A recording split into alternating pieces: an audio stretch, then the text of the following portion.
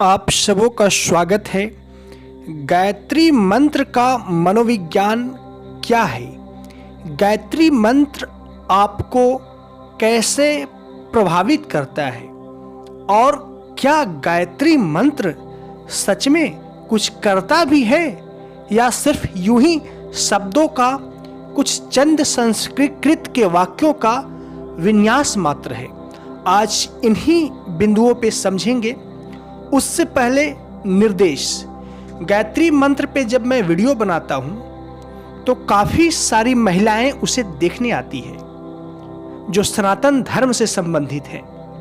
तो मेरे इस वीडियो के नीचे हो सकता है मेरे बारे में कुछ अपशब्द लिखा जाए, हो सकता है, और वो अपशब्द इसलिए लिखा जाएगा क्योंकि मैं एक बहुत बड़े गुरु घंटाल को इतने निपुणता के साथ बजाया है कि उनके चेले चपाटे जो हैं, उनके जो भक्त जो हैं, वो पूरी तरह से बिलबिलाए हुए हैं। और वो महागुरु घंटाल कोई और नहीं, ओशो आचार्य रजनीश सिंह है, जिनकी मैंने इतनी धुलाई कर दी है कि इनके भक्त मुझे अपशब्द कहते हुए हो सकता है इस वीडियो के नीचे पाए जाए। तो इन सारी चीज़ों को देख करके किसी व्यक्ति को आहत होने की आवश्यकता नहीं है। आप सिर्फ वीडियो में बताए गए निर्देश और इन्फॉर्मेशन और मेरे अनुभव को समझें और आगे बढ़ें, क्योंकि जिस ढंग से मैंने ओशो की धुलाई की है, इनके भक्तों के अंदर काफ़ी चीख पुकार मची है।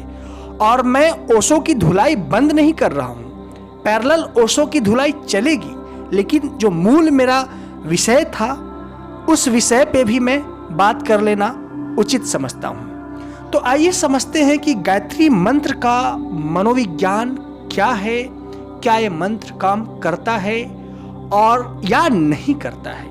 तो सबसे पहली बात समझिए कि एक ह्यूमन बीइंग क्या है। एक फिजिकल एंटिटी है और फिजिकल एंटिटी के साथ साथ एक साइकोलॉजिकल एंटिटी भी है। और आपकी साइकोलॉजी में काफ़ी सारी चीज जुड़ी हुई है, जिसमें सबसे पहला आपका मन है। और मन से जुड़ा हुआ थिंकिंग है, इमोशंस हैं, एक्सपीरियंस हैं और अनेकों डिफरेंट टाइप के साइकोलॉजिकल एस्पेक्ट जुड़े हैं, जिसका केंद्रीय कारक मन है, अर्थात माइंड है। और दूसरी चीज कि आप एक फिजिकल एंटिटी भी हैं, फिजिकल और साइकोलॉजिकल।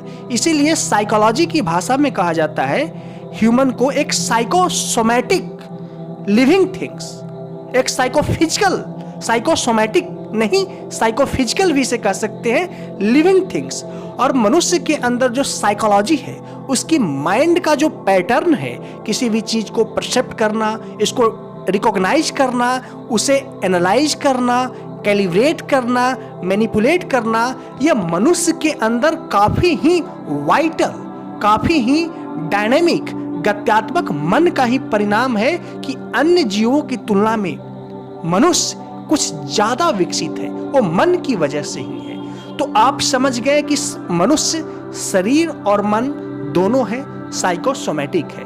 अगर आपको शरीर की पुष्टि देनी होगी तो आपको संतुलित आहार या न्यूट्रिशन लेना होगा।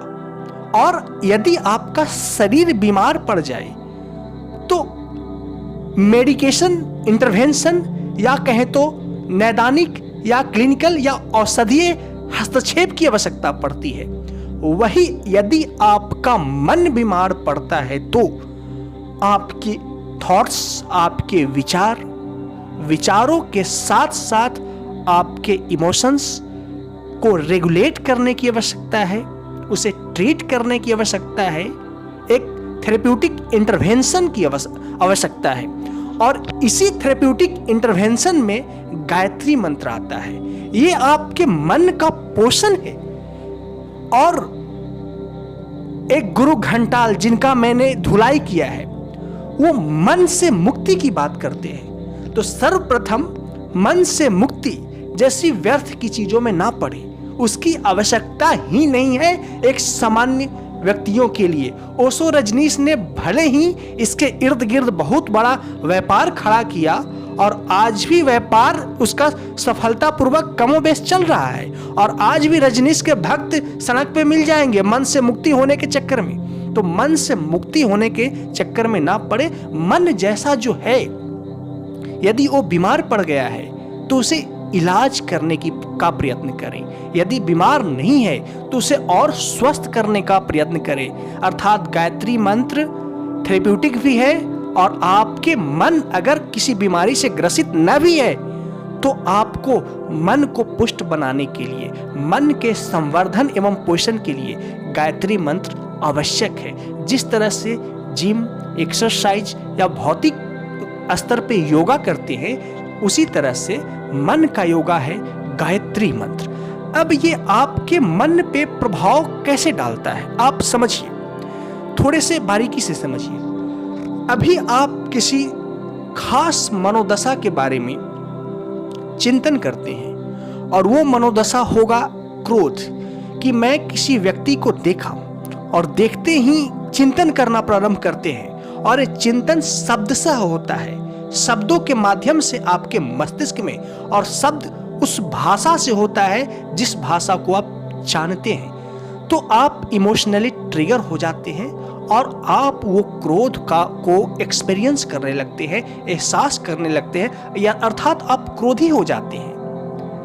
वही विज्ञान, यही साइंस गायत्री मंत्र पे भी है। गायत्री मंत्र शब्दों का, संस्कृत के शब्दों का, वाक्यों का ऐसा वैज्ञानिक विन्यास है, ऐसा साइंटिफिक अरेंजमेंट है कि उसका यदि आप उच्चारण करेंगे एक निश्चित नियमावली में, तो आप पाएंगे कि आपके मन में पॉजिटिविटी आने लगा, धनात्मकता बढ़ने लगी।